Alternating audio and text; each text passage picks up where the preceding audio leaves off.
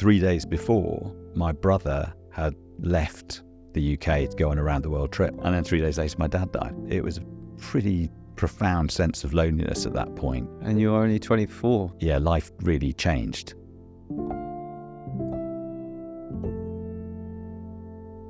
I'm going to set up my own company, he said. And in those days, being an entrepreneur just wasn't a thing. I said, why would you do that? Well, no one's going to pay you £1 million a year, are they?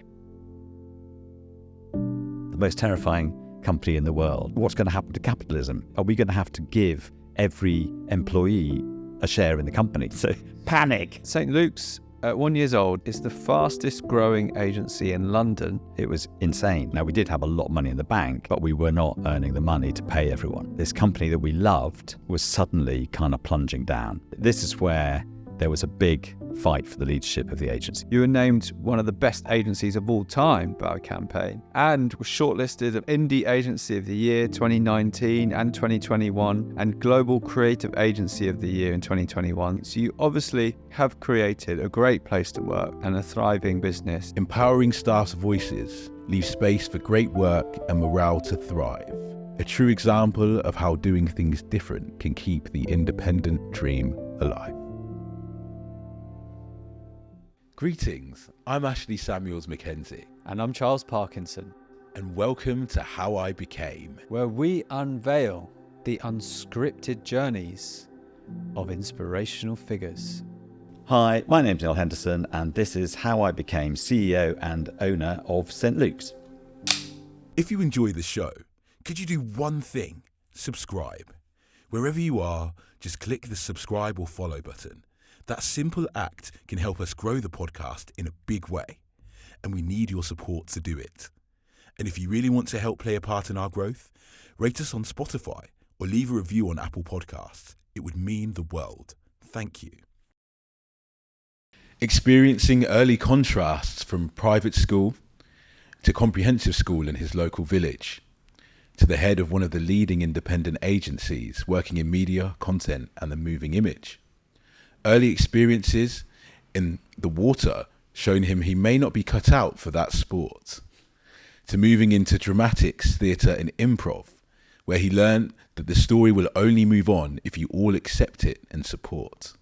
After a very public turbulent time at St. Luke's, he became the next CEO in succession, to then having a smooth few years at the helm, to having to make some serious life decisions amidst the 2009 recession.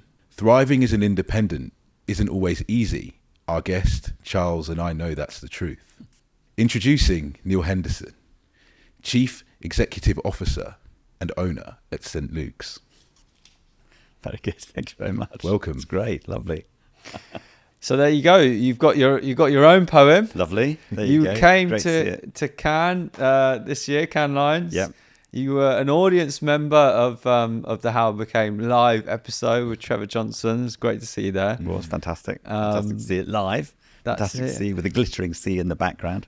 It's amazing. Exactly. It was a beautiful setting, wasn't it? Oh, it's great. It's great. We were just looking at all the photographs of Cannes, and the light is so amazing. Mm. You know, all the photographs through the year, great, and then Cannes is like this kind of so sunshine and seaside. And we knew at that point you'd be coming on the show, so it was nice to have a future guest in the audience. And now here we are to tell the story of how you became CEO and owner of St. Luke's. And St. Luke's is such a well-known and with a great story, agency in the industry, and is one of the leading independent agencies in the country. And probably the longest running as well. 28 years now. Celebrate our birthday on October the 18th. Mother started about 9 months after us. So MC Saatchi, of course, pretty much similar time as well. But yeah, that's it. And we were the first agency to be called a brand name, as opposed to after people name, like Bartleby Hegarty, Abbott Mead Vickers. In those days, agencies got set up and they just named themselves after the people that set them up. Like law firms. Yeah, exactly. But St. Luke's was a cooperative, and there were already 30 people, and it was a bit nuts. Everyone got an equal share in the company. It's got quite a strange sort of history to it. So that means basically everyone in the company, rather than the owners or the co-founders owning 100% or a high percentage, every single person owned an equal share. In that first year, everyone owned an equal share. And then it's actually was owned by a trust, and the trust would hand out an equal share every year to everyone that was there. So over the years, it started getting a bit distorted because the longer you were there, the more shares you had, etc. But the principle was equal share ownership. And there were 30 people, so the name would have been 30 names long. So it's probably not very sensible. So we had to find a brand name, as it were, and the first agency to have a brand name. And there was lots of debate about it. We were going to call ourselves Lucky Pigs at one point, but someone said, what if we're unlucky? We'll say, Lucky Pigs lose this account, whatever. So Dave Bonaguidi said, well, just name it after my dad's restaurant. He was the creative director, and his dad owned 3 Italian restaurants, one of them being Santa Luca. And so to him, it was just totally, it's my dad's restaurant. To everyone else, it's like, sounds like a hospital or a church or something. But you're under pressure to put a name on the bit of paper. And so that was it. St. Luke's was born. And everyone said, well, that's a ridiculous name. That'll never work. And here we are 28 years later. And so many other people then decided to use brand names. Mother, of course, Naked did it, Uncommon now. It's become joint. In fact, from then on, really, it became the way to name your agency. Name it with some meaning or something with a story, rather than just the people running it. So. And you are really a beacon and an inspiration for all the thousands of independent agencies in the UK and around the world. Yeah, around the world, absolutely. I went to New York a few years ago and had so many people. I was doing a big training course out there. So many people coming up to me saying, we set up our agency on the same principles. We learned so much about how an independent should operate thanks to what St. Luke's did back in 1995, 96. We've learned so much about how to engage employees and look after people and build ideas in a very different way to how things were being done before. And obviously I joined in the first year. I didn't I wasn't there when it started, but very early on. And then I took over eventually, and such a responsibility, at that point, so famous. And of course, it isn't plain sailing. You try and make it look plain sailing, but it isn't plain sailing. Well, if there's anything that Howard became shares with people, that is life stories are not plain sailing. Absolutely there not. are challenges, there are highs, and everything in between. And that is the story we'll share today. We'll share your story and see the journey through your life before St. Luke's and St. Luke's, through your journey. And in 2010, you led a management buyout of St. Luke's. Yeah. We'll get to that. We won't get to that now. Cool. Let's go back to where it all began. You're born not alone. No. Somebody else comes with you. I had an identical twin brother. I have an identical twin brother, absolutely, who's been there all my life. What kind of twins were you? Did you wear the same clothes? Did you walk at the same pace and the same arms? And movement? Very, very similar. Very similar. Got on really well. Inevitably, sometimes the same clothing, but that's not a great idea for twins, I don't think. But there's a sort of practical consideration. That it's very, very difficult. I've got a lot of sympathy for my mother bringing up twins. But anyone who's got twins knows just how hard it is. We had our own language that we spoke to each other. So the first language we spoke was a language that we developed ourselves.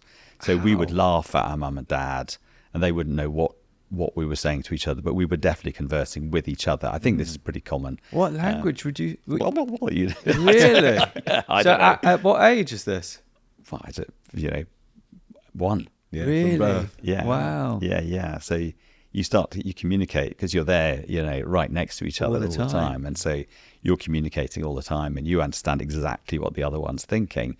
And there's these strange kind of monstrous people looking at you, being irritating or being nice or whatever it is. But you're much more closely bonded with your twin because you're with them all the time. Yeah. From day one. Yeah. And they're constantly there. And also you're competing with them for the milk. you want the milk. He's getting the milk. I'm unhappy. Still real for you, the milk. Yeah, it's still real. Never goes. That is amazing. That bond must be so strong. It absolutely is. My wife sometimes says I treat her like a twin, but I'm just so used to having that person always there right next to me, which, I mean, it's a great thing to have someone, an instant buddy, always there, always going through the same life experiences, understanding life exactly the way you see it. And then, of course, a great wrench. We'll talk about it later when he went, and suddenly you feel like, wow, okay, this is what it's like being kind of on your own as a normal person, I suppose. Speaking of life experiences, I guess you both go through this. Age 7, up until this point, a few years, you've been to a lovely private school. Yeah. Your parents, they're not, very, extremely wealthy, upper class, hardworking, middle class, as you said. But they, make the effort to put you both into private school. Yeah. And then everything changes. Yes. What happens? So my parents, not wealthy at all. They worked really hard, and they were determined to put us through private school. So they must have really sacrificed to do that. And it was a lovely, lovely school. I mean, that's what I understood school to be, delightful little children wearing delightful uniforms. I was learning French age 5, right? Wow. And curly handwriting and all this kind of stuff. Where was this? Where were you? Ferndown near the New Forest. Beautiful little bit of England. And so it was all really lovely. And then we moved to North Hampshire near Basingstoke. And I don't really know what happened, but I think my father lost his job. We moved, bought the house, and then my dad lost his job. And things really changed. Suddenly it's like, I didn't really understand what was going on age 7, but things weren't great. They had a new mortgage to pay for. No doubt bigger than what they had before. And suddenly any thought of going to another private school was off the agenda straight away. So we went to the village school, and it was a little state school in the village. And it was a real shock, because we had to sit down and write an essay about what we'd done in the holidays. And Alistair and I, my brother, got down, did it, a couple of pages done pretty quickly, and looked around, and half these people couldn't write. Wow. I could write French better than these guys could write English. Wow. Yeah. And it was a real shock. I mean, age 7, you sort of don't expect to even see, you don't expect to be shocked in that way. You sort of think you understand how life's going. And so to see that real difference in these people's expectations and where they came from and what they were doing, it was pretty surprising.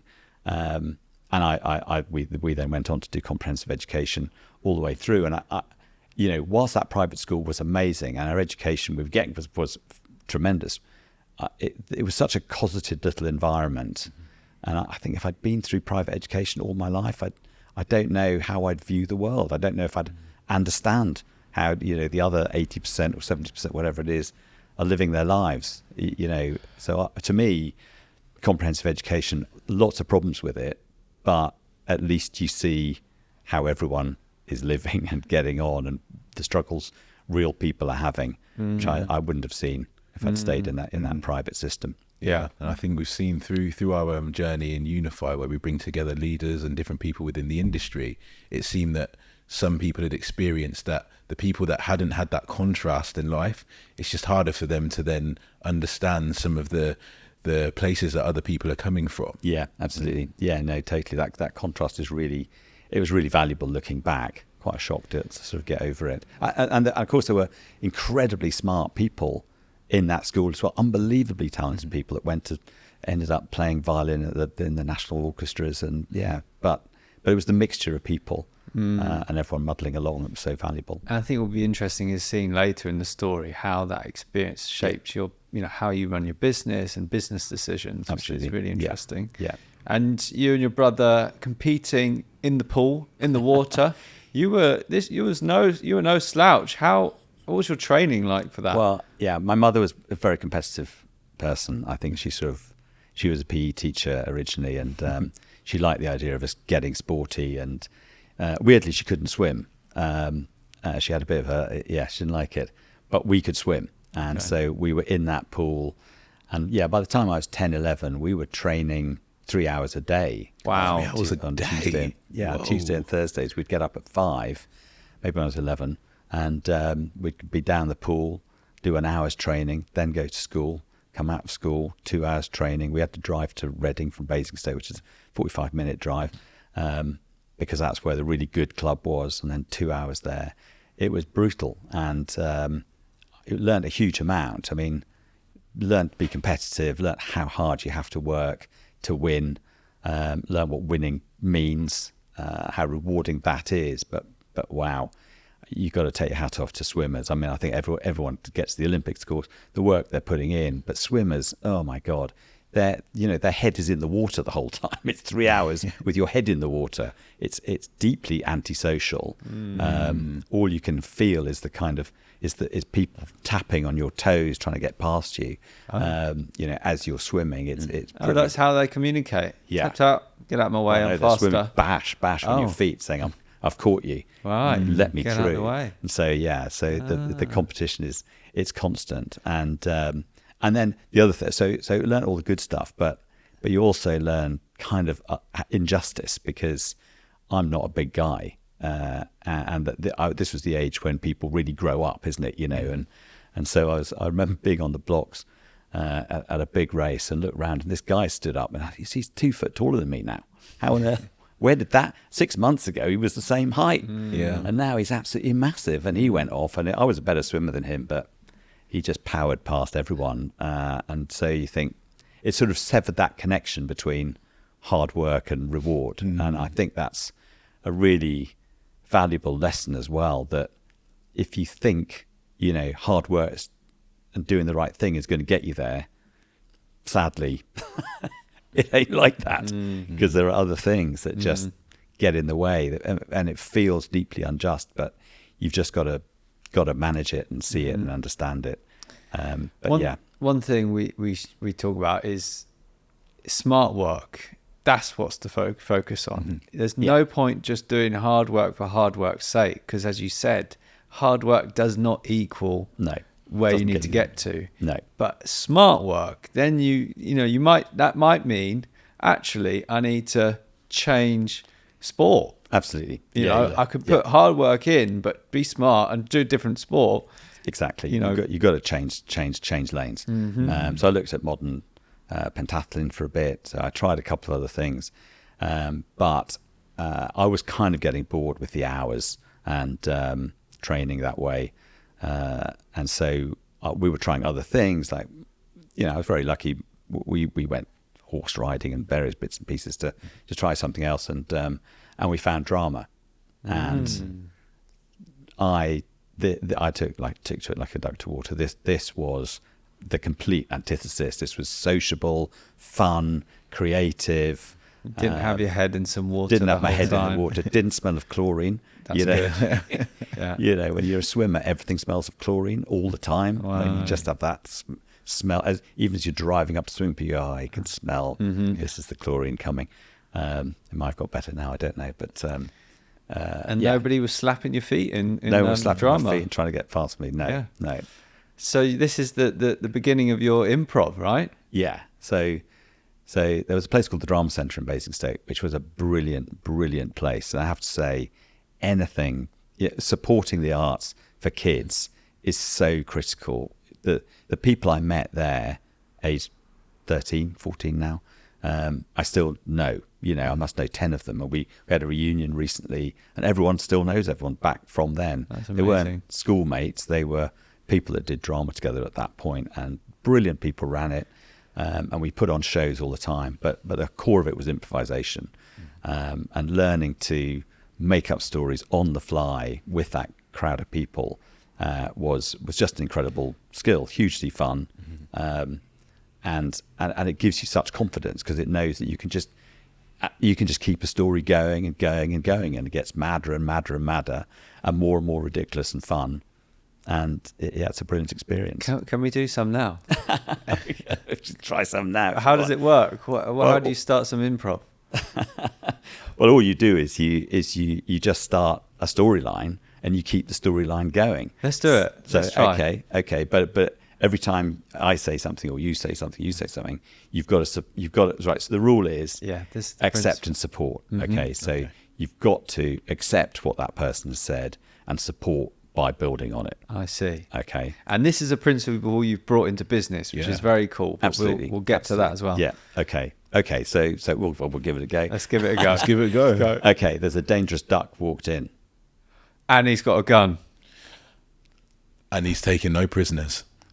And that's not an ordinary gun. That's a bubble gum gun. Well, that is great because I love bubblegum and I've got a massive bucket to collect it all in. And it's Halloween next week. So kids will be very happy with that. They'll be really happy with that. But what I won't be happy with is the stickiness, and I won't be able to get off the sofa. And that duck is very happy to see you sticky. He wants everyone sticky, and he's going to be firing bubblegum guns at us all day. How did we do? Pretty good. Yeah? Pretty good. All right. Now, normally, of course, we're running around sort of, hiding from the bubblegum gun. I see. The bubblegum duck gun. and then there's other ducks coming. I mean, who knows? But yeah, that's the point. And it never stops, and it gets madder and madder and madder. And once you get, everyone gets really good at it and just takes it to ever higher heights. And then out of that, you start to shape shows. You never know. It can suddenly turn very serious. Someone can take the mood down, or they can take the piss and make it very funny.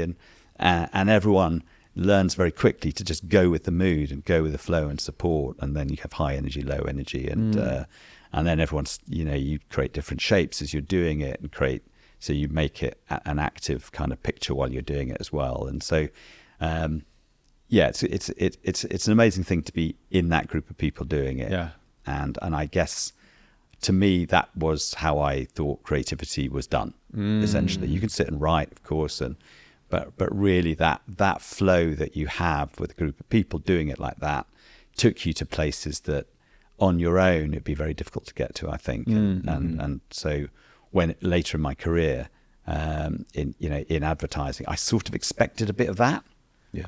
And I just couldn't see it. Interesting. When I started, I couldn't see it. But St. Luke's has that, and I think that's why I was so drawn to it, about that way of creating. So then, after your experiences in theatre and theatrics, you then start to move into the advertising advertising industry. Yeah. But it wasn't smooth sailing on your entry in, was it? Well, deciding what I wanted to do was really tough. I thought I wanted to be in the creative industry, whatever that. I mean, if that phrase "creative industries" didn't exist in those days. I'd done a lot of acting, won a Fringe First at the Edinburgh Festival, and so I thought, this is a career for me. Thought I might get into the BBC. Ended up working at BBC South as a researcher for documentaries. And the editor, the guy that ran it, used to edit football matches from full length down to just the highlights. And in those days, you had to make it look like a proper match. So they'd get a throw in, and they'd have to kind of match it to a throw in later in the game to sort of make it. Was really sort of weird, but it was all game of two halves. And so these documentaries were just, as far as he was concerned, game of two halves. Like we had to do a documentary about Basingstoke's boring, or there's a lot of old people in Eastbourne, and and so I'd be sent off to kind of research this. I found it like there was so much more interesting stuff happening in Eastbourne or Basingstoke. I couldn't bear these kind of preset stories that we had to tell, and so I found the whole thing a bit untruthful and deeply dull, actually, and very stressful because of that. So I was a bit lost. I just didn't know what to do, and I didn't know anyone in advertising. Advertising's one of those careers that, for some reason, it's all around us, and yet no one knows how it's done. Unless you know someone, why is it there? You just see the billboards, you see the TV ads. And in many ways, the best marketing, Rory Sutherland said this, best marketing, no one talks about, because when you drink a beer, you drink it because of the taste, don't you? You drink it because you admire the brewers, these guys that they're great outfit behind this. No, you saw the ad, and now you drink it because the ad, and you want to look good in front of your mates. But no one says that, do they? So marketing kind of vanishes in a way. People don't want to think about it. There's the odd great ad and some terrible ads that people talk about, but generally marketing, people don't understand why it's there, who's done it, how it's there. Certainly don't think there's a career there, and it's still a problem today. But for me, yeah, I didn't occur to me. And then very luckily, I met Dickie Davis's son. Dickie Davis used to run the ITV sports show. He was very famous back then. Met his son, and he worked for Saatchi, and he explained what advertising was. And this was just a complete epiphany to me. It was like, oh my God, there's a job that I'd done an economics degree that married business and creativity. And I thought, wow, this actually could be the job. And I just thought, well, that's it. I've got no more time. I've got to just get on and do this. I don't know what it's going to be like, but I'm going to make that's my career choice. And then you've got to get in. And of course, getting in, no internet, no Google, no nothing. There's just kind of one book called Alf that had hundreds of agencies listed in it. You've got no idea what's big, what's good, what's small, what's, So I just wrote off to 40 of them, put together sort of a creative CV, sent it off to 40 of them, no idea who these people were, and got a job at a little one called AdWorks in Notting Hill, husband and wife team.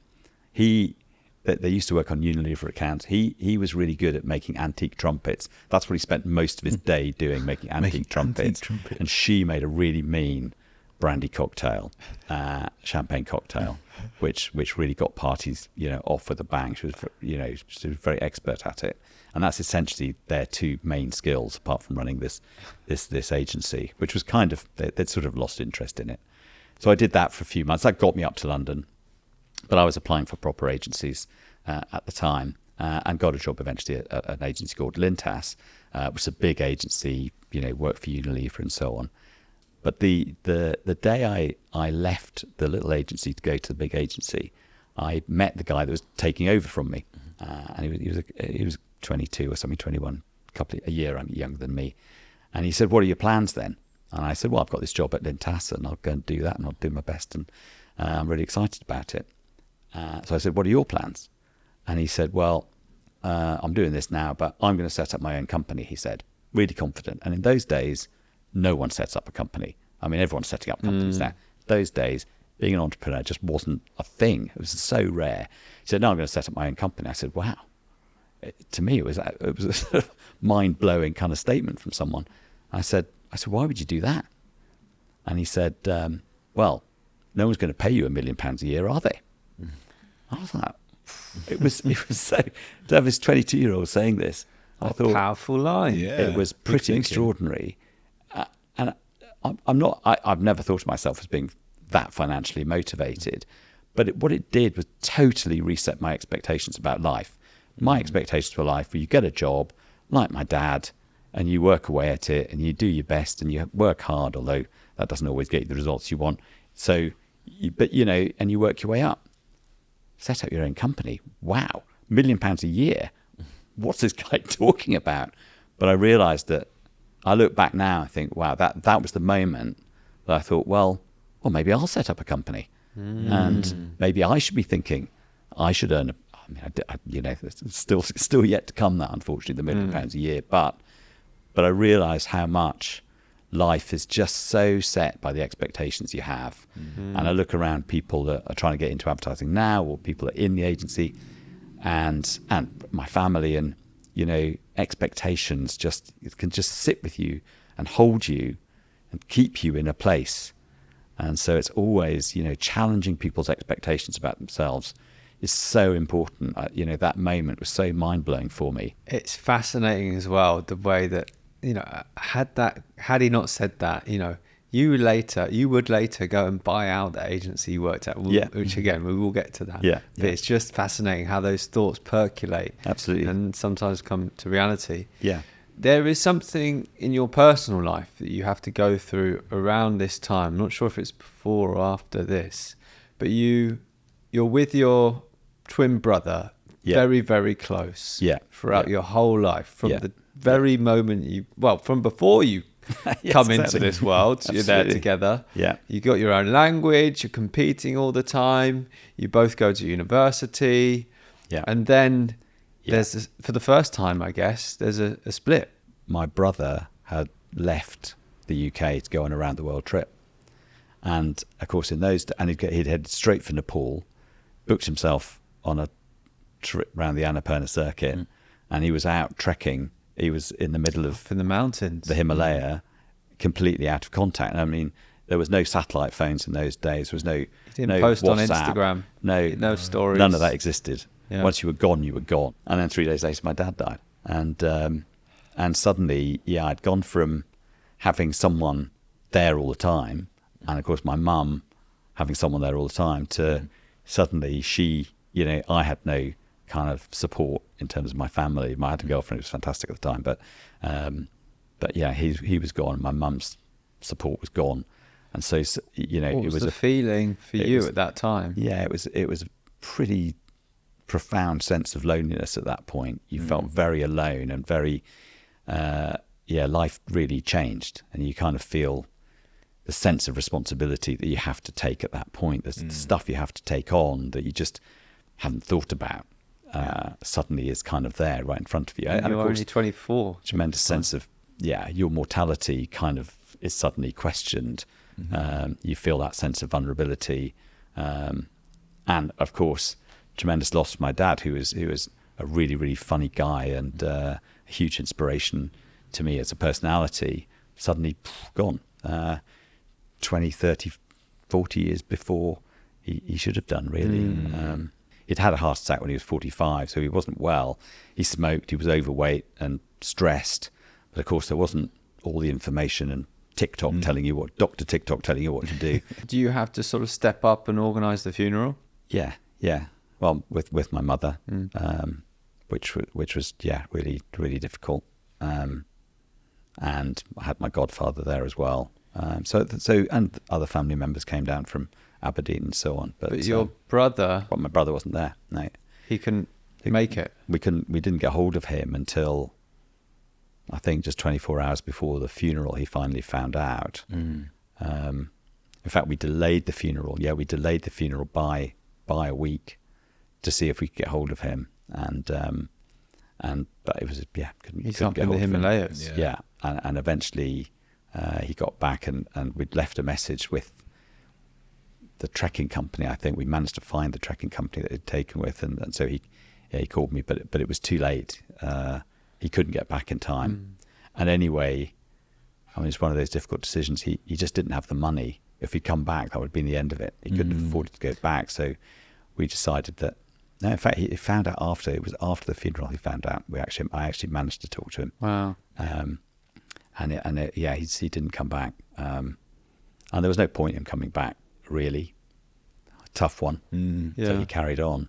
Yeah. So life was very different all of a sudden from that moment.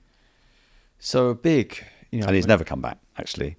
He never came back to the UK. No, never. He stayed travelling. Yeah, he's hit Australia and loved it so much. He's stayed there for 30 odd years. Yeah. Wow. Do you speak a lot? Yeah. We speak loads. Yeah. We're still close. And of course, he came back when my mother got ill just recently. He came back, and he's been back in the UK for 8 to 9 months. He's gone back now, but that was the longest time. I see. He's been back. Yeah. Okay.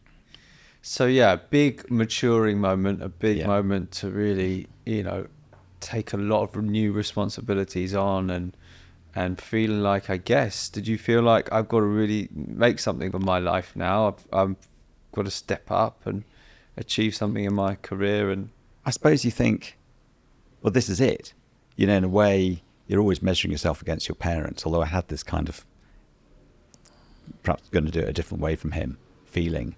But that's gone. So I think you suddenly feel all my ambition is down to me now. This is just, he's not here, so there'll be no sense of approval from him anymore.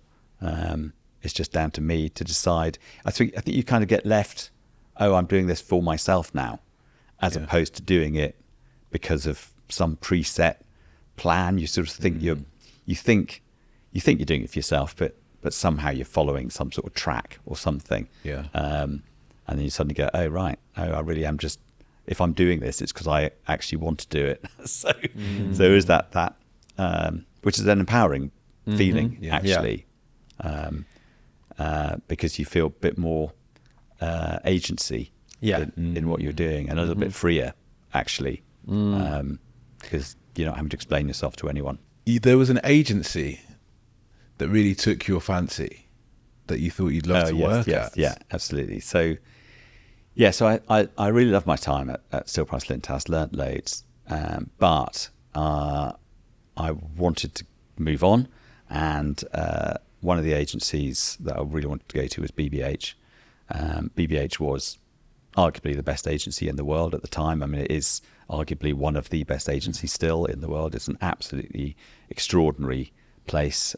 They were doing brilliant work for Boddingtons, Häagen-Dazs, Levi's, Audi, just defining what advertising was about at that time, early 90s. And so I interviewed and I got in, and so I left Still Price, went to BBH, really elated, really thinking this is it. I've got to the zenith. This is the place to be, and I worked on fantastic stuff, and it is an amazing place. Worked on the Lynx Effect, Boddingtons, Häagen-Dazs, with incredibly talented people. But somehow it just didn't feel right for me. It just wasn't the right place for me. And it was unbelievably devastating. That it was so gutting. Because it was very difficult to put my finger on it, because the output I was involved with was brilliant. The people I was with was brilliant. But somehow I didn't feel like it was right for me.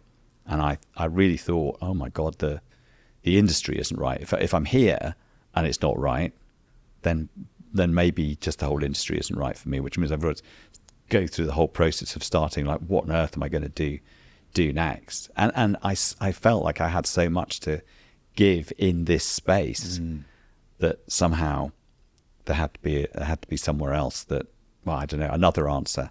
But I stayed there for 3 years and did great stuff, and for award-winning work, and I learned so much from it.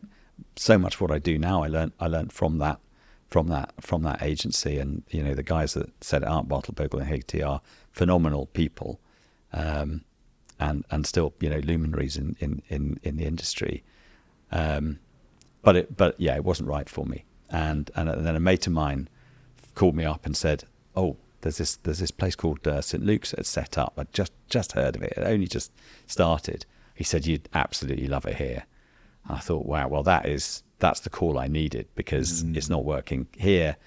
I might as well go and try this kind of insane sounding place where it's a cooperative and everyone's got equal shares, and I looked at the work, and it was really very different from BBH, a bit crazy.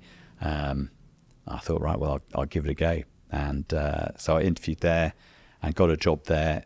It's a bit vague, titles were a bit vague there, but I was sort of head of account management when I went there. And I walked in and I was hooked immediately. It was just the atmosphere in the place, the way people related to each other, the way ideas were created.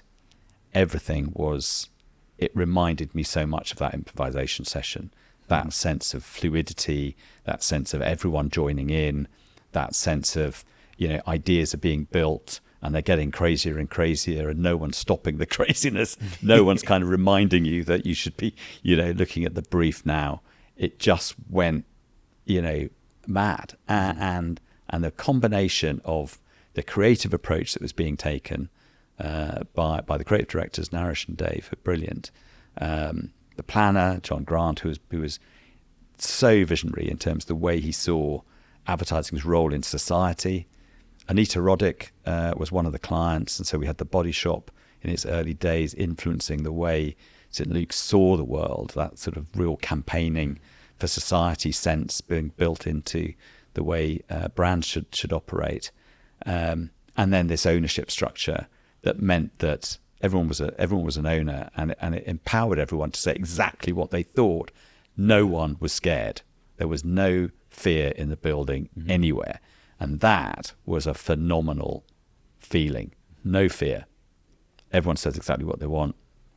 Everyone wants to hear what everyone's got to say.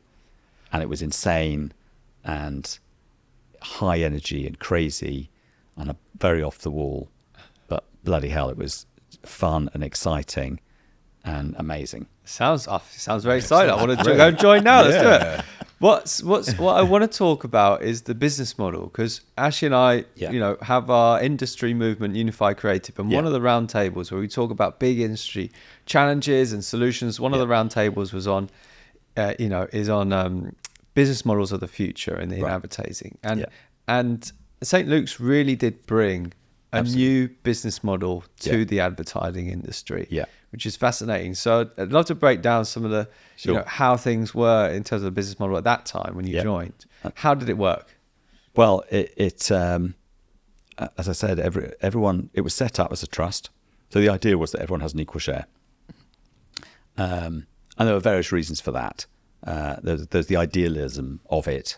But also there was a real problem because it was the London office of Chiat Day. Chiat Day got sold to TBWA, and the guys in the London office managed to get out of the deal because it wasn't worth going to TBWA, and set up St. Luke's. And when you do that, it's a very unusual situation because no one's set it up. So no one's put their own money in, or it's not three people that have gone, we're going to do this around a kitchen table, and then they hire their first person and get their first client. No, we already had £2 million worth of business, big clients like Midland Bank and Boots and so on, 30 people. So someone would have had to sit there going, well, I have 50%, you have 20%, you have 10%, you have 5%, right? So I guess, I wasn't there, but I guess that argument may have happened. But the only way they could resolve it was to be idealistic and give everyone an equal share. So it's a sort of funny balance of practical issue and a sense of idealism. And also, it was a very interesting time politically because we'd had 13 years of Tory rule, not dissimilar to where we are now, which had started with Thatcher, then gone John Major, and it was really petering out, and there was sleaze, and all sounds very familiar, and there was a bloke called Tony Blair, who was a phenomenal politician. Whatever's happened now, phenomenal, and he had got Labour sorted and ready for power. So there was this move politically, and then there was the whole digitisation that was happening, and the end of the manufacturing industries as well. So this pushing the UK to be a service economy rather than a manufacturing economy. And so there was this kind of confluence of conversations about how companies should be owned, particularly in the knowledge economy, which was the phrase at the time. It's one of the big book at the time. When you're in an ideas world, a service world, ideas world, how do you manage a company, and who should get rewarded, and how should they be rewarded? And so St. Luke's view at the time was, if you're part of the ideas that are creating the success of the company, then you should share in the success of that company. And the answer at that point was to give everyone an equal share in the company. Now, and what that unleashed, I mean, everyone said, there was lots of commentary saying that will never work. It's Animal Farm. It'll go mad. It'll implode within 2 years. And here we are, 28 years later. It hasn't, It didn't and you've gone to be CEO. I mean, may have got fairly close at times, but We'll get to that. But yeah, no, people were. It'll never work. Oh, there was what was it called? The most terrifying company in the world. Oh, I read that article. Yeah, Harvard Business Review. Yes. 1999 described as the most terrifying company on earth, and that was because there was a lot of talk around. My God, well, if what's going to happen to capitalism? Are we going to have to give every employee a share in the company? Is that where this is all going? Typical extremes. Yeah. And we were the experiment that was doing it. And the other amazing thing about being in St. Luke's at the time was because of all these conversations. 1997, Tony Blair sweeps to power, right? And his word at the time was stakeholdership. That was the word that got him to power. And everyone was like, well, what does that mean? And he was saying everyone needs a stake in the economy. Every citizen needs a stake in what Britain means. And the Tories had destroyed that. And then because of that enormous majority he got, 418-seat majority, all the camera crews from around the world descend on London from everywhere. America, Peru, China, you name it, Sweden, they were there, wanting to know what happened. But they need something to point their camera at. And someone said, well, if you want to know what stakeholdership is, there's a little agency over there that's just given everyone an equal share in the company. And so suddenly all these news crews descend on St. Luke's. And every week, every day we were in. Yeah. You were there at this time? Yeah, I was there. I was there. And it was just being in the zeitgeist is a really phenomenally exciting feeling.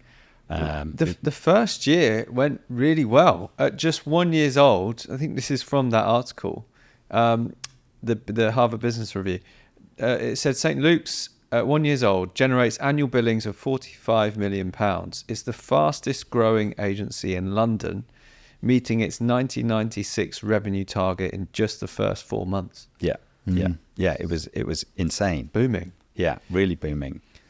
And a bit again on the sort of structure of it, that there are a 5-member council governs the firm, and rather than call itself a board, St. Luke's decides to borrow the acronym of the Qualifying Employee Shareholder Trust, which is the trust you were talking about. Yeah. And call themselves the Quest instead of the board. Yeah. And 2 seats on the Quest are elected by the employees. And at that time, a print production manager and an account exec had positions on this Quest or board. Yeah. So, very different. Very different. And not ideal in some ways, but there was a genuine aim to, because everyone was a shareholder, the Quest was voted. I mean, the Quest was actually, I don't know what happened in the first year, but by the second year when I was there, I joined in the middle of the first year. So the Quest was voted on by all 5 members were voted by the rest of the agency. All of them, so every year you voted for the 5 people that would be on the Quest, and they represented the interests of the shareholders. So that was their job. Was the people who worked at the company were the shareholders. Absolutely. Yeah. And one thing that's fascinating is that if it said in this article, if a hotshot creative director came in the company, after the company had been going 3 years, let's say, then the receptionist would own more shares than this new hotshot creative, because that receptionist had been there longer. Yeah, absolutely. That was the situation. Yeah. Is that good? I don't know, but it was certainly very different and created a very different atmosphere in the building, and it meant that senior people joining were buying into that. They had to buy into, that other agencies would be offering them maybe equity in their company or massive bonuses or something. None of that existed. There were no massive bonuses. The only reward was your salary, which was different according to your level. And then everyone had these equal shares, or you had more shares if you'd been there longer. And you could sell your shares at some point. There were no dividends paid. I think that was a big mistake, right? There were no dividends paid, which I look back now and think that was that whoever decided that, which wasn't me, but that was really stupid, because the point of shares is if you make profits, then people should see the result of those profits. And actually all that happened was money got piled up in the bank. Now, as an independent agency, it's very important to have a lot of money in the bank, because that's the only security you've got. But I do think they should have paid out shares. It would have been a lot more real for people if that share had been paid if they'd got a dividend from the share. What was the value of having the shares? That if the agency was bought or sold, you'd make some money, or if you left the company, could you sell it and make some money? Well, if you left the company, you had to sell the shares, and the shares were handed out for free. So whatever value they were, you were making money. But it was no one thought through the sort of the other end of it. It all sounded very exciting at this end, and when things are going well, it's great. But of course, it meant you only got the reward if you left. Well, that's not great. But when the shares were going up, people would stay because they'd think they see the value. Either we might get bought, but then the company was set up. It's almost impossible to buy the company. Almost impossible to buy it, because when you buy a company, all the shareholders have to be there to sign, and if someone decides they're not going to sign, or there's going to be a vote against it, then the deal just falls apart. Now, if you're a buying company, you don't want to go through all that due diligence only to find that the receptionist and 3 stroppy account managers have decided that they're not going through with it. And then the deal's off. And the deal's all off. And the whole thing was built because Giant, because Giant Day had been sold to TBWA, and the London office people were pissed off with that.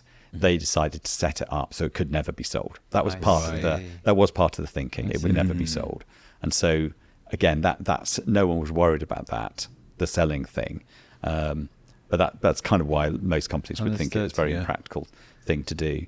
But I think, it was only 3, 4, 5 years later as these shares became, people that have been there a long time were getting it. Well, is that a good way to organise a company? That isn't a very good way to organise a company. If everyone had an equal share all the time and everyone was getting an equal dividend, then that would probably be the right way to do it. But I guess moving to that would have been very difficult. The key motivator for someone could be just stay as long as possible. Not necessarily be the best person, be the most productive, do the best work. Just stay in as long as you can and don't get fired. Exactly. And we started getting some of that. People wanted to stay and stay and stay. And people who would normally have taken stock of themselves and gone, "Oh, it really is time to move on," were thinking, no, these shares could go up even more, and if I go, I'm going to miss out on. And so people were it was very unfair on people in the end, because people were making really important career decisions, but for the wrong reasons. And so you ended up with unhappy people there so it's sort of the system hadn't been thought through for all the kind of negatives. And so are you thinking any of this at the time? What's your role at the time? What are you thinking? Well, I was head of account management, and then eventually, through. What did you come in as? Head of account management. Okay. And then the agency got split into two, which was also a big mistake, I think. And I ran one of the two halves. Why was it split into two? And what just because it got so big so fast. I see. That I think they felt, and Saatchi and Saatchi have always worked in groups, and so it has been shown to work, but so it was. I'm not surprised they did it. It was a way of trying to keep the agency feeling small, even though it had gone from 30 people to 90 people. So in how long? 4 years. Right. So it had grown so fast. That sense of how do we keep it small, and these project teams and fluid creativity. Let's form kind of two business units. But all that happened is these two units just started competing with each other furiously. It became more about the competition internally than it did trying to kind of win externally. Like you and your twin brother. And I understand that. Yeah. Just to give context of how well it was doing, pre-tax profits increased 8-fold in just 3 years. Yeah. In 1999, St. Luke's won 25% more new business than any other UK agency. It was booming. Yeah, it was astonishing. To most people's eyes, this model is the one. This is working. This is great. Yeah. It was kind of Midas touch. And we had clients giving us business, and we were pitching, but giving us business because it was, did they have the Midas touch? We were the most modern thing. We were the ones that were redefining how agencies work, how creativity works, what marketing meant, what brands were. And clients-wise, BT, Sky, The Body Shop, as you said, big British government, IKEA, the government, Boots, Radio 1. Whew. Yeah. Must have been tremendously fun at that time. It was absolutely amazing. So amazing work, amazing opportunity, amazing sense of ambition, and a real sense that there is nothing we cannot do. Incredible confidence born out of that. And then it all went wrong. Well, so what year was that? That was 2000. 2000. Okay. So walk us through the events step by step. What happens after that? So the creative directors. And what role are you at this point? I was possibly joint managing director by this point. Okay.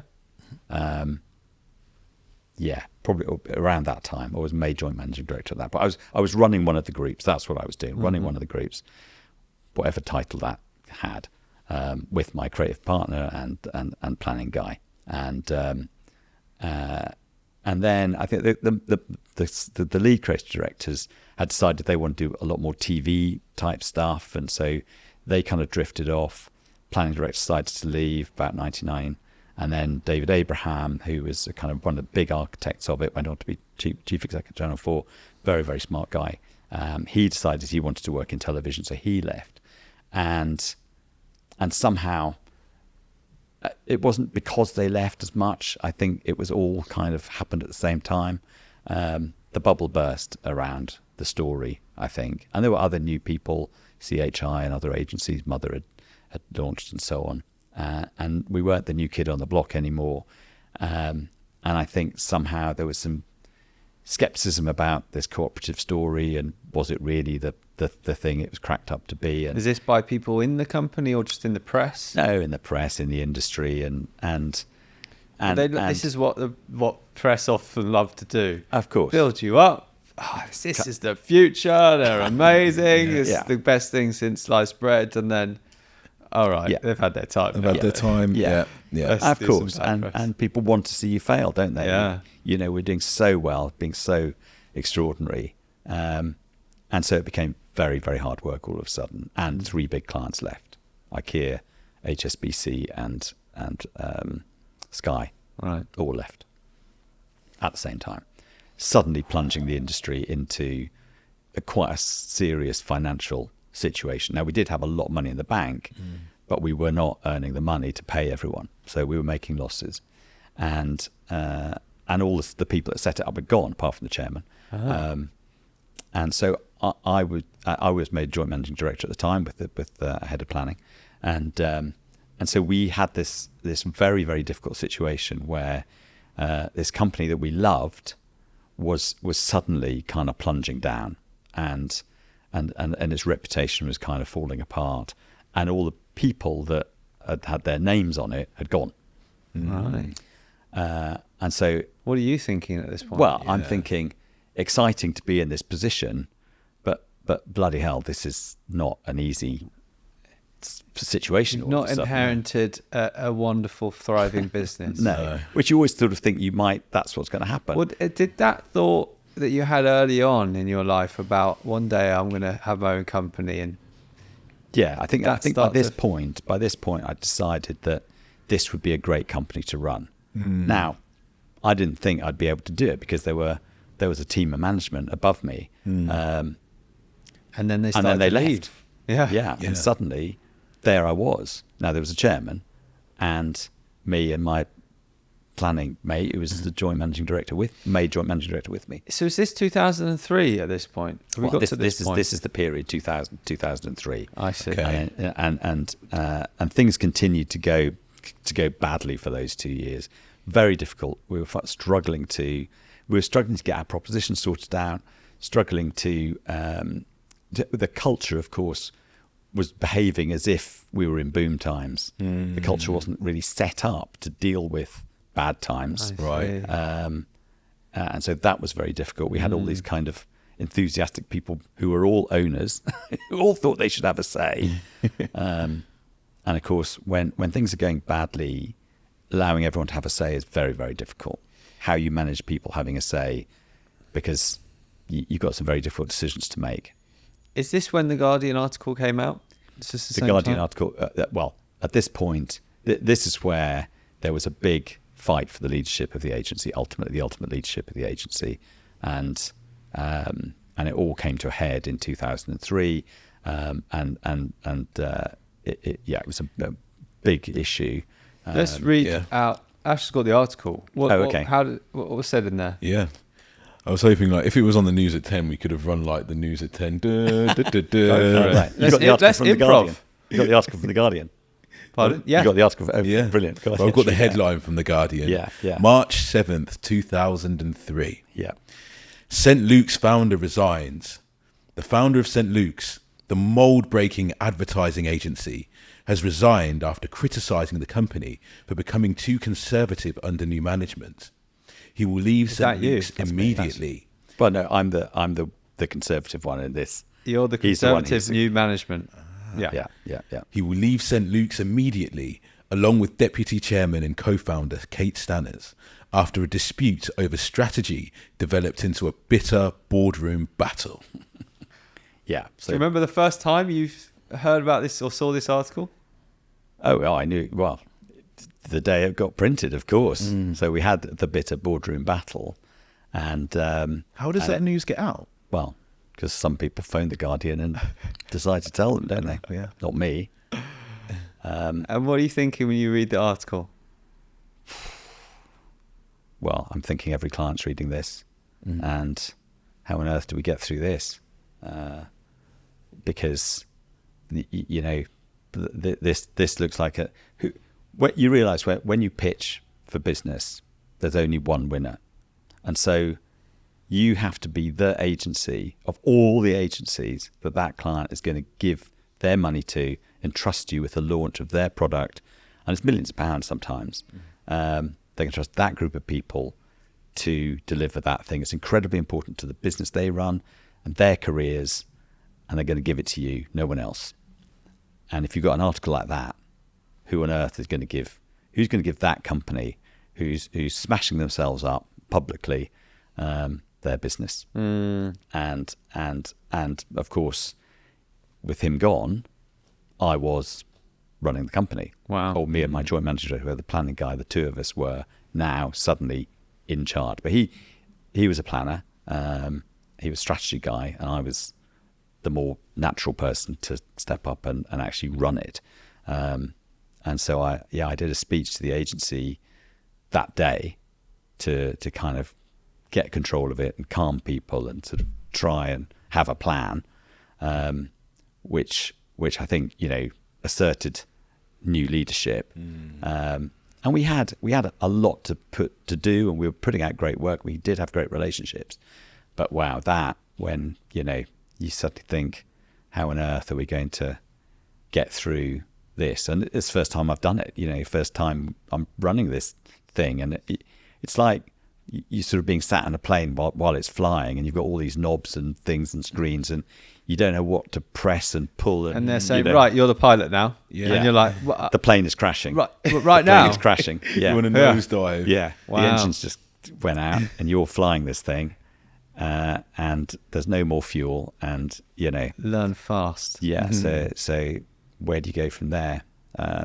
And I felt this incredible responsibility for St. Luke's, and St. Luke's is the incredible brand. It's had all this innovation and invention, this amazing culture. It works in a way, it develops creativity in a unique way, I think, that was very true to the way I thought creativity should be created and advertising should be created.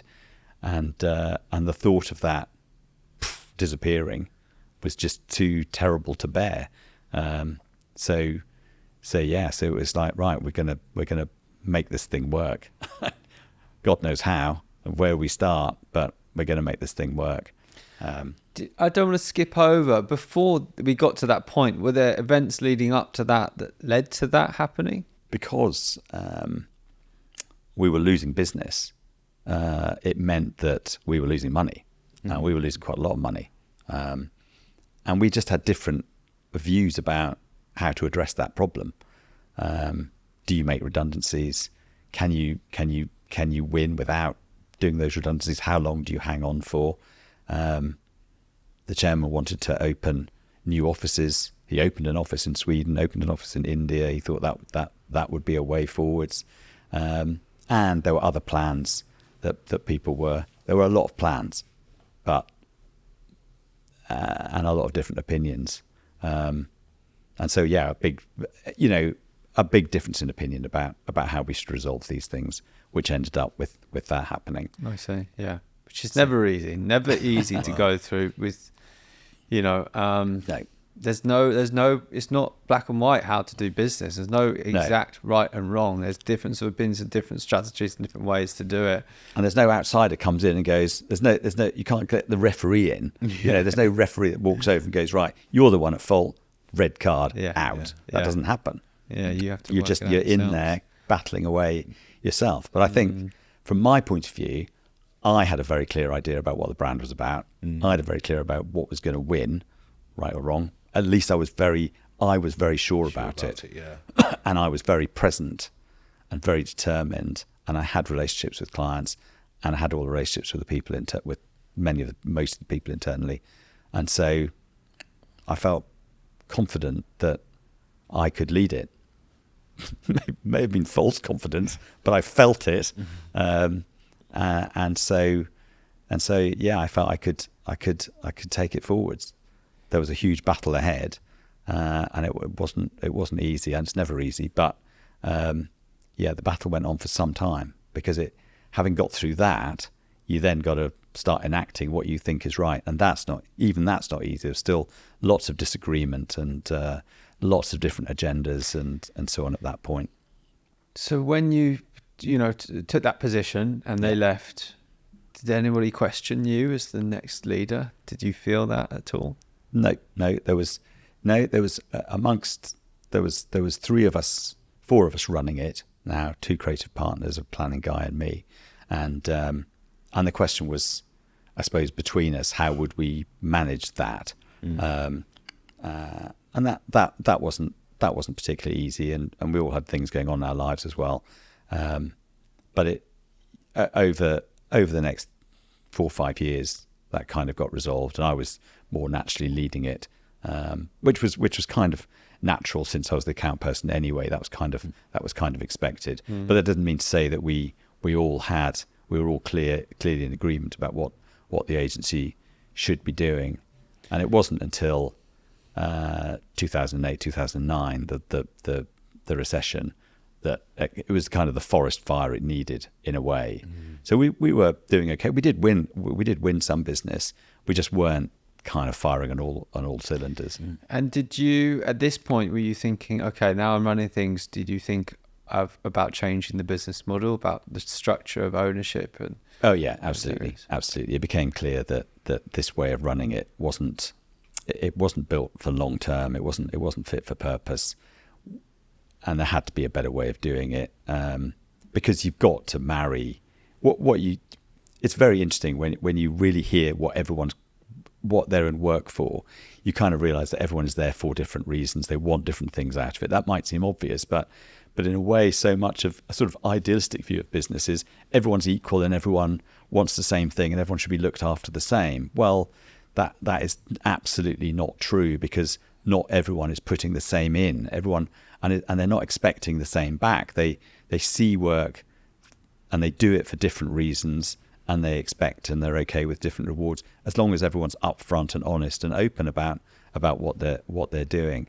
And so what we realized was that the share ownership thing was very confusing, and it was causing all kinds of wrong decisions about people, people staying longer than they should have done, and even dividends wouldn't have worked, because people had been there for a long time, had way more shares than someone who just joined who was senior. So it was a mess, and I realised that it actually wasn't, that the share scheme wasn't integral to the culture. What was integral to the culture was everyone believing that their voice counted. That was the key thing, and as long as everyone believed that, and that's how everyone behaved, then that was the key to the culture. So how we did decided, you do that? How do we do that?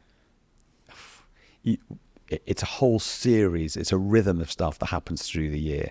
The way you induct people, obviously it's the way you listen to people in meetings and respect people. But we do a number of things, like the way we present creative work to each other in the agency. Every quarter we present all our work to each other. In a lot of agencies, most agencies I've worked at, the creative director stands up and says, these are the only 2 things that are any good. And everyone feels bad about the stuff they've done. Yeah, it feels not so great if you weren't one of those two pieces of work. Eh? Yeah, exactly. Yeah. And they usually say the rest of it was crap and do better. Whereas at St. Luke's, all the work is presented, whatever it is, because there's always a story, and everyone, however junior they are, gets up and presents that work, and everyone is applauded for the work, and they understand the story behind it. Just that simple shift is about everyone's voice counting.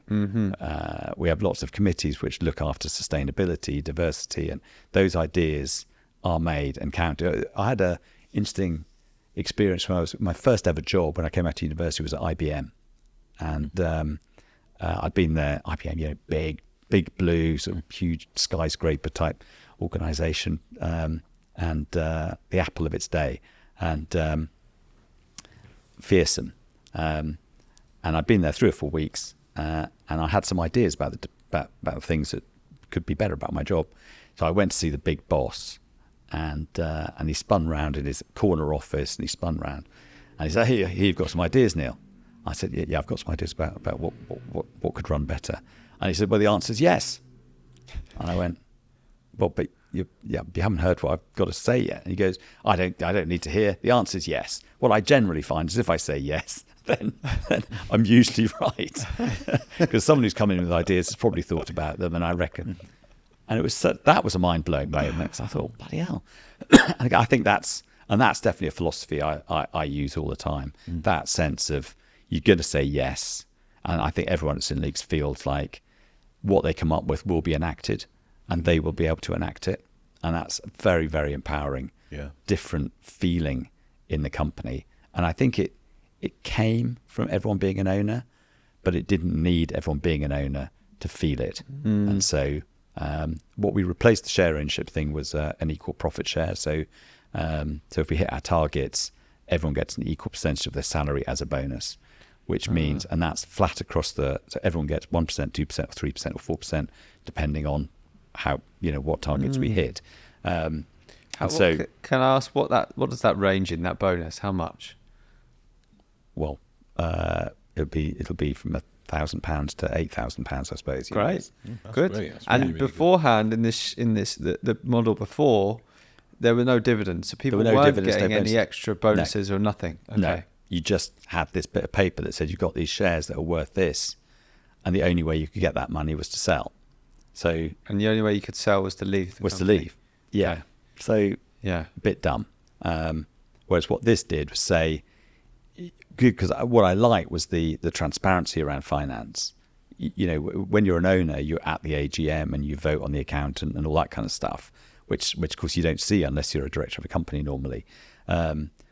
And talking about and having the accountant explain where the company was financially every year was a pretty eye-opening moment. So we still do that, and we don't get the accountant to do it, but we're very, very open about the finances.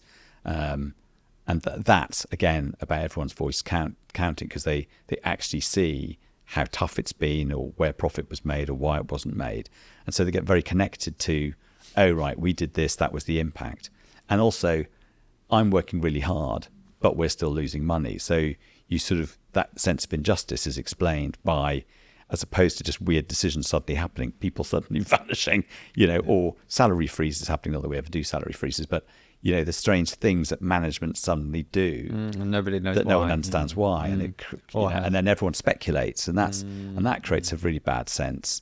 But no one ever talks about that stuff, because that's how companies run themselves. Whereas we don't. Everything is upfront, open, and then everyone gets to comment in surveys afterwards.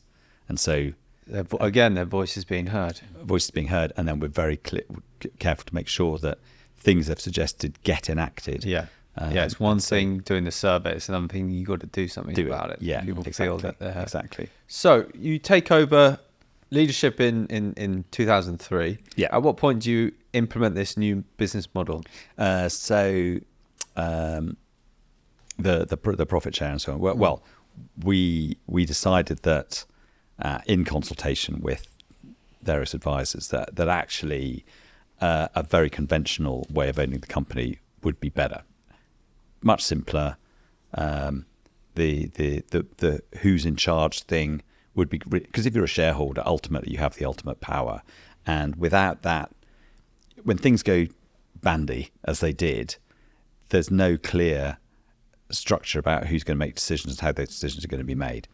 Whereas when you've got a conventional ownership structure, that all becomes very clear. So when things get difficult, ultimately the shareholders will vote, and if there's only 3 or 4 shareholders, then that vote is very, very simple, much simpler than if you've got 100 people in the basement, trying to do it, and everyone, it's very, especially when they're all employees. So a conventional structure was what we wanted, but we would have this profit share that would keep the story going, and people would really see the benefit of a successful year or an unsuccessful year in their pockets, and we'd be able to talk about it.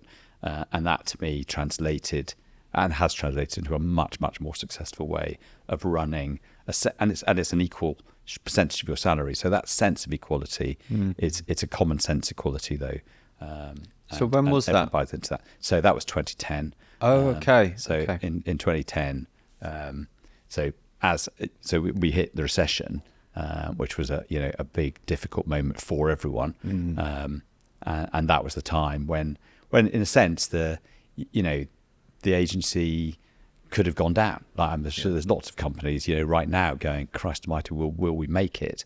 And some companies have been liquidated in this recession. And of course, exactly the same conversations were happening back in 2008, 2009. So we felt this was the time because we'd reduced the numbers in the agency, and it was therefore the simplest time to do it in a way. And also, like most companies, there were no profits being made, and so it was the time to do the deal. And so how did that work? Did you buy the shares from everybody all the people who had owned? Yeah, in a sense, not that, and there weren't that many left at that point. How many? I don't know, 4 or 5. Okay. By that point, who actually had shares of any significant amount. I see. And so it was a pretty. I mean, it was there's lots of papers to sign, but actually we got to the point. I think we got to the point where culturally people felt it needed to be managed in a different way, and I think that was the biggest issue: getting acceptance from the people in the company that in a sense St. Luke's Mark 1 had run its course, and it needed St. Luke's Mark 2. And of course, the environment of a recession changes everyone's point of view. The people say that the right time to launch a company is in a recession, and it's because everyone is looking for new answers. Everyone needs to do things in a different way. There was a lot more to worry about than kind of protecting, looking after something that had been around for whatever it is, 10 or more years. It was time to create the model that was right for now, given how tough everything was. And it was a brilliant moment. We were able then to, a few people left, a couple of senior people left. And so it was, and we got right down to the core people who were really interested in St. Luke's Mark 2, not hanging on to whatever St. Luke's Mark 1 was, because there was just no point hanging on to that. It needs to be a new entity. And I remember standing up in front of this new, smaller group of people and saying, right, I'm in charge now, and this is what we're doing. And it was such a brilliant moment, because they all felt that we'd gone from sort of an underlying kind of piece of chaos, and there was lots of good stuff, but it was a bit chaotic, to going, right, we're really clear now, and this is it. We're up against it. We're in the depths of the recession. There's no money around. It's down to the people in this room to sort it out, and we did. And that's what you did, yeah. Yeah, I was just going to say, and what would you say to a leader that's facing a similar situation in a recession? What did you do that brought success? Wow. You've got to take some difficult decisions, which means making cuts, first and foremost. And my mind goes straight there. Obviously, because what you're trying to do is get to positivity as fast as you possibly can. And you cannot be positive if you're losing money, right? So if you're losing money, you cannot hold out, right? Holding out is not an answer. And I see too many companies doing that. And we did it before. We kind of needed to make redundancies, and we held out. And all that happened was we lost more and more and more money. And also, whilst you've got money in the bank, okay, you can lose money, especially as an independent company. No one's going to stop you. I mean, PLCs, obviously, you wouldn't be allowed to do that. But as an independent company, you can do what you like. But the atmosphere in the building when you're losing money is really bad. And what you quickly see is people are going, well, they all start judging each other. He shouldn't be there. She shouldn't be there. I'm the one doing the work. Or what are they doing? All of Tribe that factions start. all of that stuff starts kicking off, and it runs out of control. And you know, and it's all happening, you know. And of course, and what they're really thinking is, and someone isn't making decisions. The leader isn't leading at this point. So you've got to get a grip of it really quickly, make the cuts that you need to as fast as you can, and you've got to do it in the most humane way. It's got to be highly controlled. You can't do drip, drip, drip.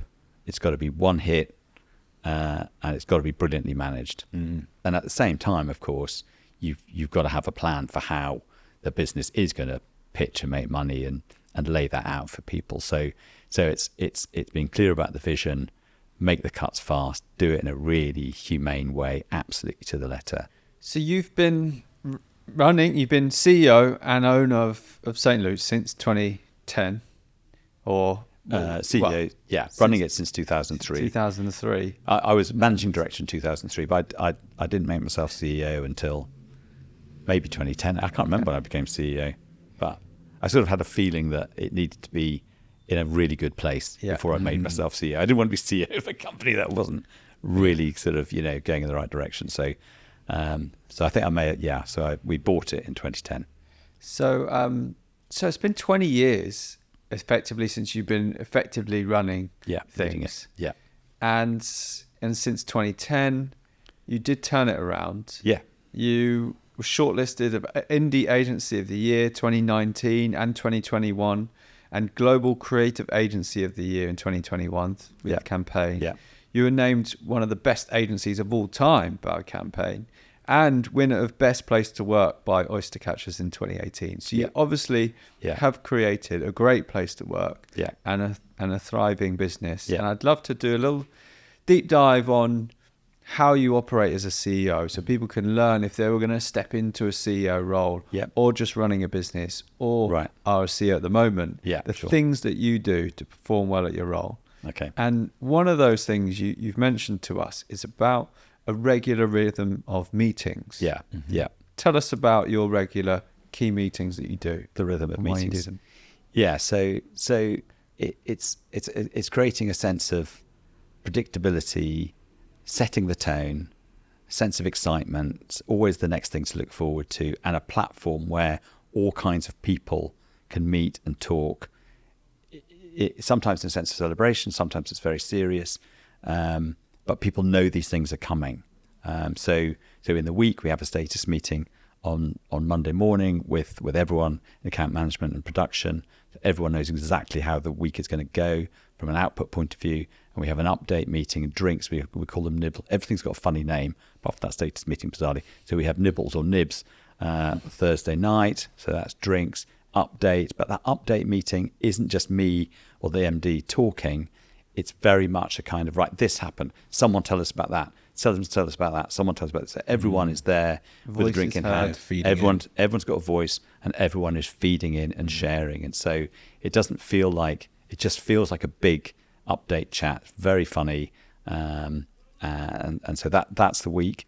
Then we have flag meetings, this sharing of creative work where, again, everyone stands up and everyone presents the work, whatever department they're in, whatever seniority they're in, everyone's part of that. And there all kinds of other news happens.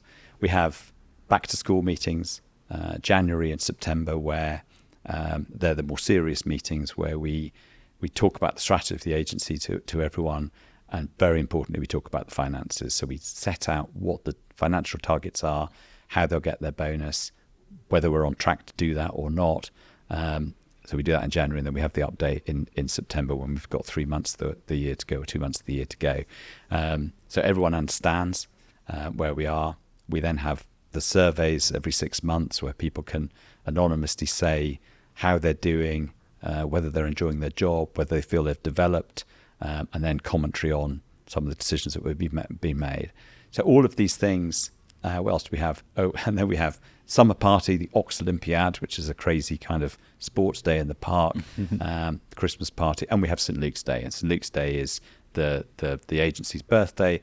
the nearest Friday to October the 18th, and we all go away in the afternoon and learn something. Learn to cook together, learn to make sushi together, learn to throw axes, learn to whatever. Not at each other. Not at each other. Good. I mean, It can happen. It can happen. But that's about learning, and so So these meetings, and we have a management meeting every Wednesday. Every Wednesday, management meeting, and then account leadership meeting every Wednesday. So everyone knows what is going on every day of the week. That they know where they stand. They know what's happening in the company. They know there's a celebration coming up. They know there's going to be a platform where they can talk about the work they're doing. They can talk about ideas they've had. There's going to be a place for it. And so that means, and I'm in the middle of it, so I hear it all. I know what's going on. Other people run these meetings. I don't run them necessarily. I let other people run them.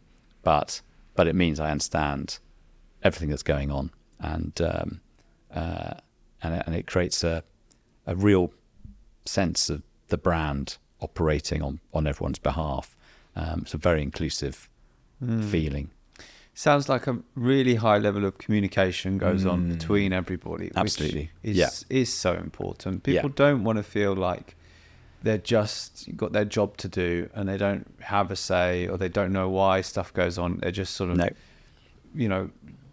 being reactive to what's happening. They want to know that absolutely what's going on. And it's a proper team. Everyone feels like there's always something happening. I mean, on top of that, there's people operating running clubs and yoga clubs and all that kind of stuff as well. It's a sort of endless kind of getting together, and we celebrate everything, every single thing. You've got to mark the moment, because there's so many down moments and so many things. You think, oh my God, how are we going to get through this? And then everyone sort of spends their time going, how are we going to get through this? And at the same time, something good's happened. So you go, whatever, we all need to sit and panic about this. No, what you need to do is go and celebrate that, because that's the important thing. This can get sorted out. There's always some going on. Go and celebrate the good stuff.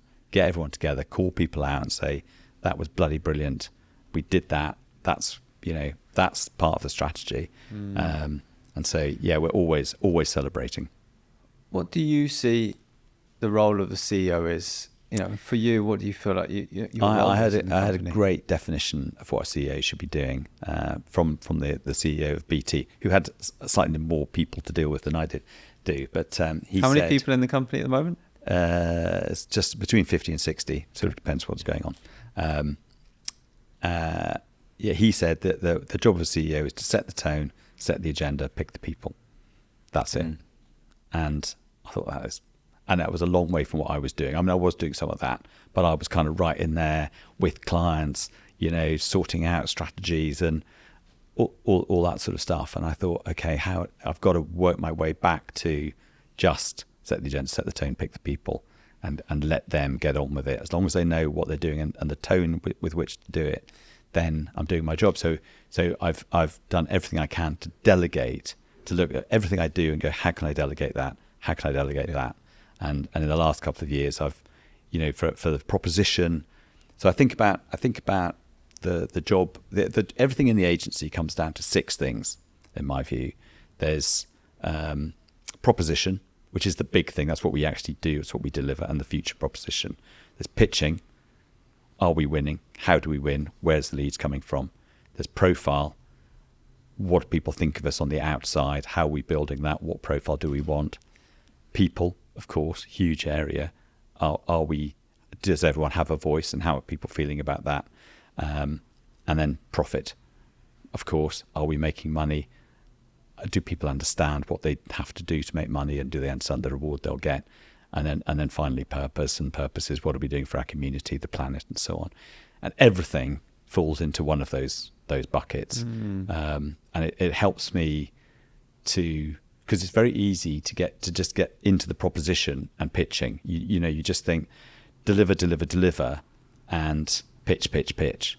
But if you don't think about people and profit and profile and purpose, and you've got to keep all 6 plates spinning, and as long as they're all related to each other, they've all got to work together, and that's when you get a really brilliant company when all 6 are operating at, and it's very difficult to get them all, delivering. Well, but that's where you want. It sounds like through your story, you've learned quite a few of those things the hard way. Profile, for example. You don't want another Guardian article coming out, talking the business, what's going on internally. Critical. Yeah. Where did that model come from? Is that something you read in a book or learned, or just put it together? Just sat there and thought, interesting. How can I simplify all this stuff? How can I make sure I don't? Well, I think there are you look at your life and you can just map out your life: health, family, friends, work, education. If you bucket everything out and say, okay, what am I doing to educate myself? What am I doing to look after my family? What am I doing about my wealth? What am I doing about my health? And you sort of set yourself.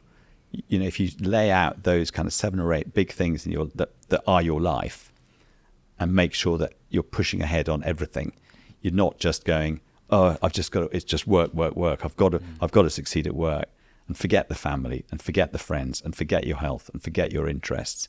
Now you've got to have all of them, and you've got to look at all of them and run all of them. And so those kind of models, I thought, right, well, apply that to the company. Where have these decisions got to be made? Just to simplify, and also so that I could explain to everyone in the company, because I didn't want it just to be my thing. So we have these back to school meetings, and I will always say, these are the 6 things that we are always thinking about. And I say to people, that's how you should do your jobs as well. So you're in the proposition box because you're delivering, of course, but you should also be thinking about, are you part of pitching, and how can you help the agency win? What are you doing about the profile? Are you sharing our LinkedIn posts, our Instagram posts? Are you spotting the PR opportunities? So, what are you doing about people? Are you giving everyone a voice? What are you doing to support the people around you? And so if you can kind of get everyone to use the same 6 things, what are you doing for community and the planet? And so it's to stop people just being tunnel visioned about the way they view their working life, and suddenly they go, right, okay, I can go and have that, because they think, people in work think they've got to do the work that's going to get the money in, essentially. Whereas if the CEO is saying, no, you've got to think about community, you've got to spend some time thinking about the people you're working with and the future people we might employ and the profile, then they start going, okay, and they start seeing their working picture. Life, the whole picture in a big way. Yeah. And that's, and I think of the people in the company, of course, as people who will go on to run their own companies one day. And I sort of feel they're getting a much better training at St. Luke's about how that's going to be than they would in most agencies. And people who leave say that. They say, I going to my new company, wherever it is, I suddenly realised how much I understood about how a company is run, because we were all in it all the time. Seeing it all the time. I think you putting that model together for yourself is a fantastic example of, as business, owners and running a business, you have to work on the business and not be in the business all the time. If you're in it, just doing the work, doing the pieces, you don't come up with that stuff. And if you don't come up with those models that help you look at the whole business holistically in all those areas, things are going to start to go downhill, and you're not aware because you're not thinking about the people or the profile. You're just working away in it. Absolutely. And that's not what people need for the owner and the CEO. Is you've got to be on top of it. Yeah. So I've now, in terms of the proposition, I've got people dedicated to looking after that. So there's a head of transformation whose job it is to look at the proposition as it will be over the next 5 years. So it's what we're doing now, but she is looking ahead for me and running that. I've got a head of people strategy, so is able to spend time specifically looking at that. Obviously, the finance director with MD, head of account management, are looking at profit. So I've sort of deliberately delegated. I've used that model to build job roles and delegate everything I do, Excellent. so that I'm left setting the agenda, setting the tone, and picking the people. And love it. So we talked about the past and St. Luke's and how you got to where you are and how the company got to where you are. Now let's look at the future. And we like to we're about unifying. We're about we have our industry movement. We're about doing things better, looking at the problems. Yeah. What, in your eyes, do you see as what the industry needs to change in the future? What change would you like to see in the creative industry, in the advertising industry? Well, a big question. It is a big question. There's the proposition and the people, I think, are the two areas. The power of creativity needs to come flooding back, I think. And I think it is. We've been since the internet arrived, tech and then data has been ruling the world. And the role for creativity has, I think, struggled in all of that. And there's been a lot of false stories, and the big tech platforms, of course, have spun a story about how advertising and influence works, and they've just been making it up as they go along, of course, and using a huge amount of money to do it because they've got the eyeballs. But I think we are seeing creativity coming back, and particularly actually in influencers, that their creativity that we're seeing directly that they're doing is amazing, and brands are harnessing that. So it's the way.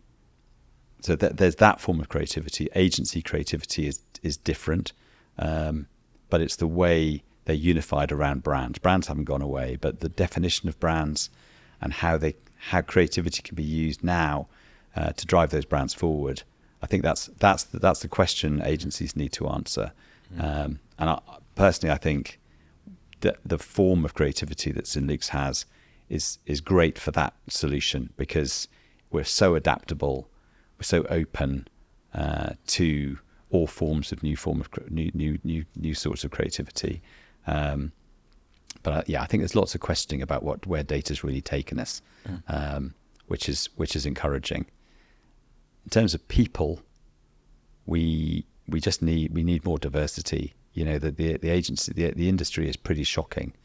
If you look at the data, it will say that diversity in the industry is matches the UK population.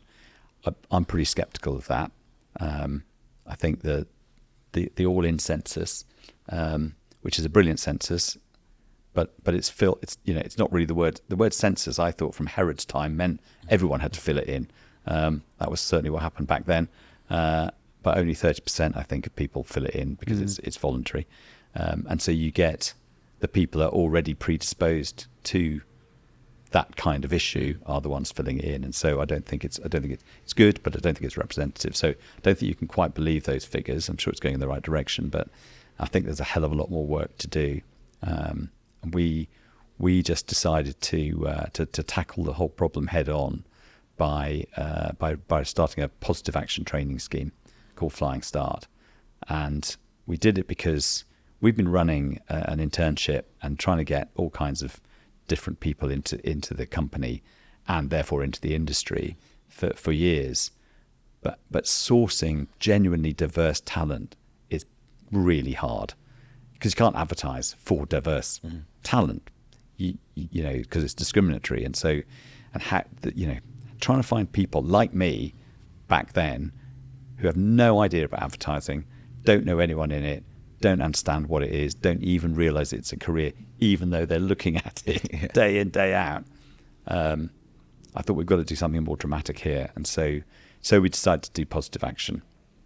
And we work with a brokerage who are a company that create channels for diverse kids to find out about different careers, although they're always focused on law. What we've found is that people from Black and Asian backgrounds are directed towards law and finance, accountancy. That's kind of culturally what is a good job from those families and backgrounds.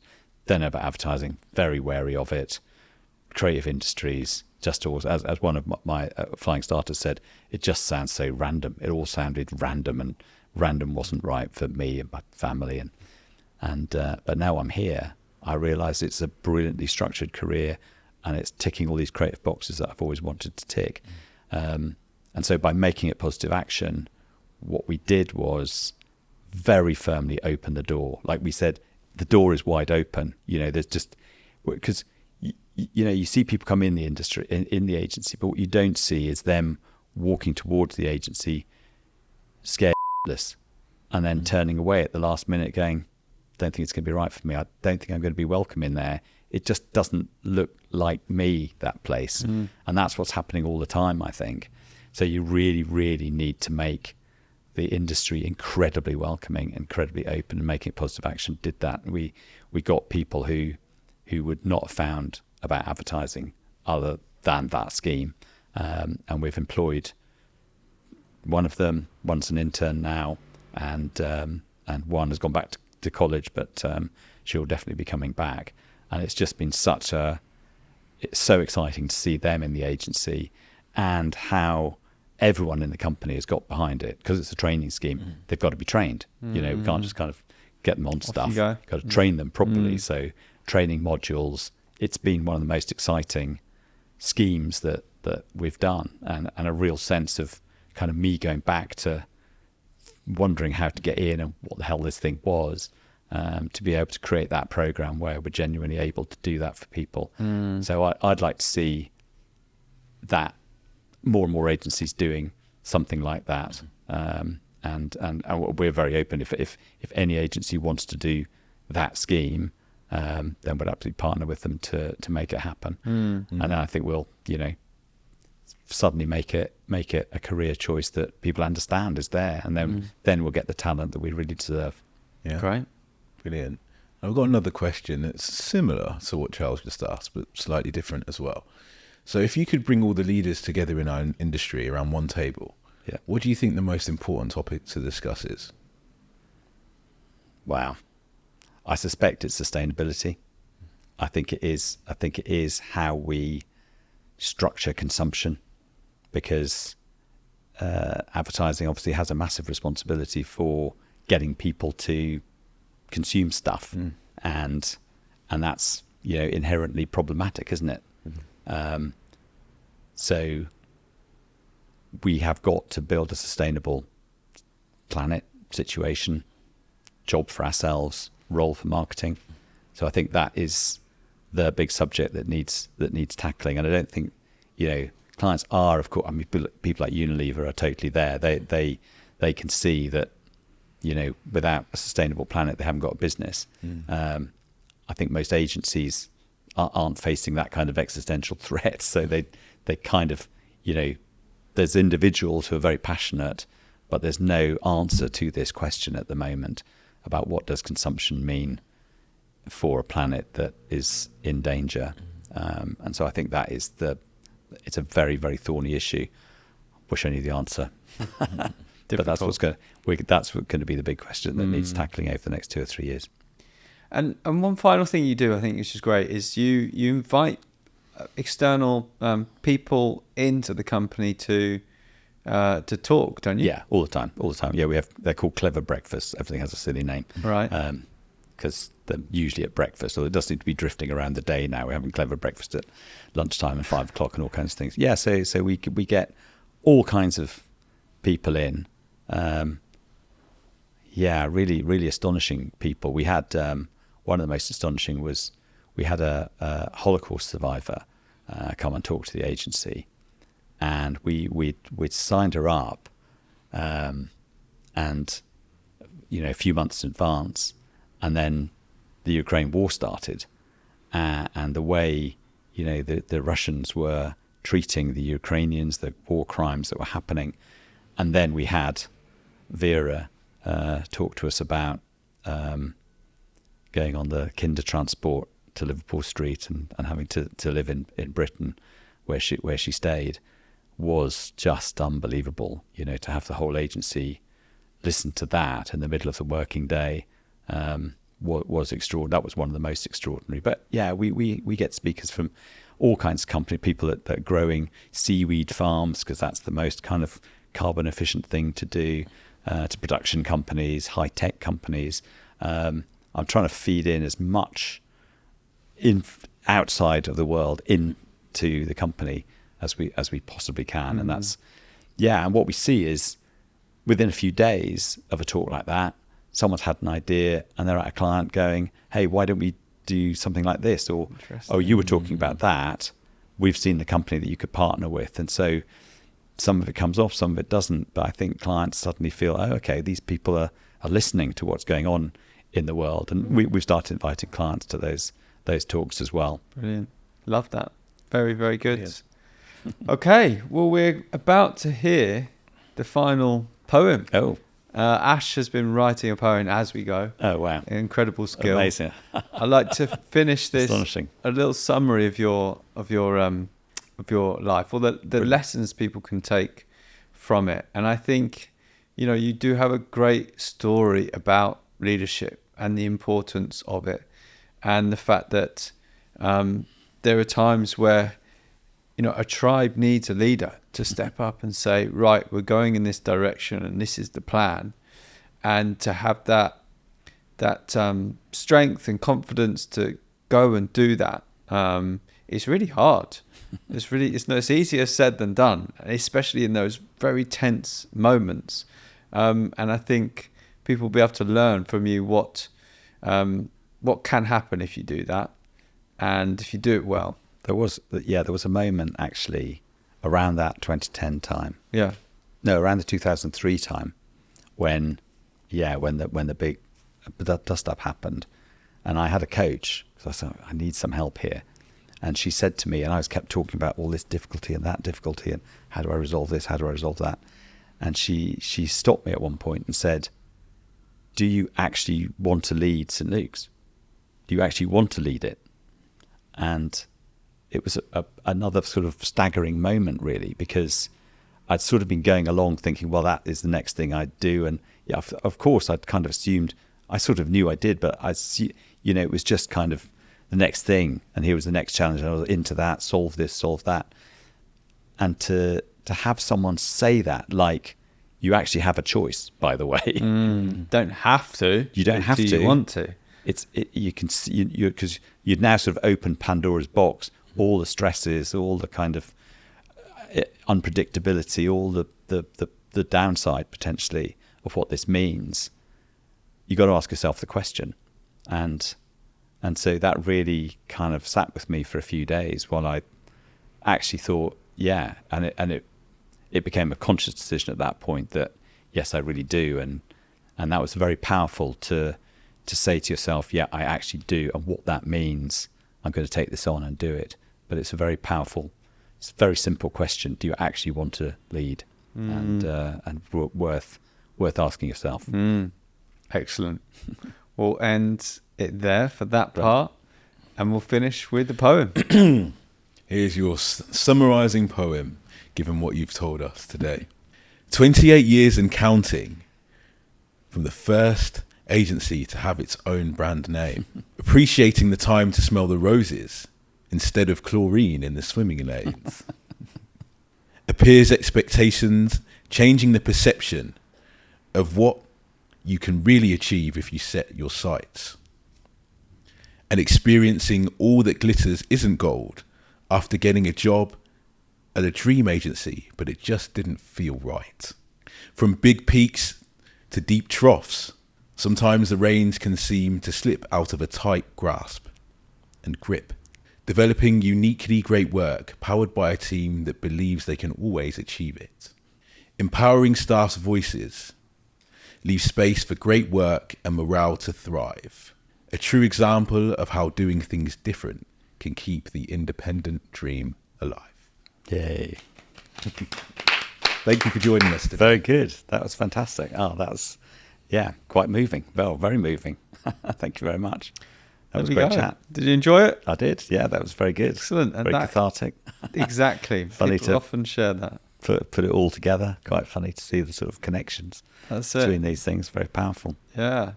And that is how you became owner and CEO of St. Luke's. Thank you very much.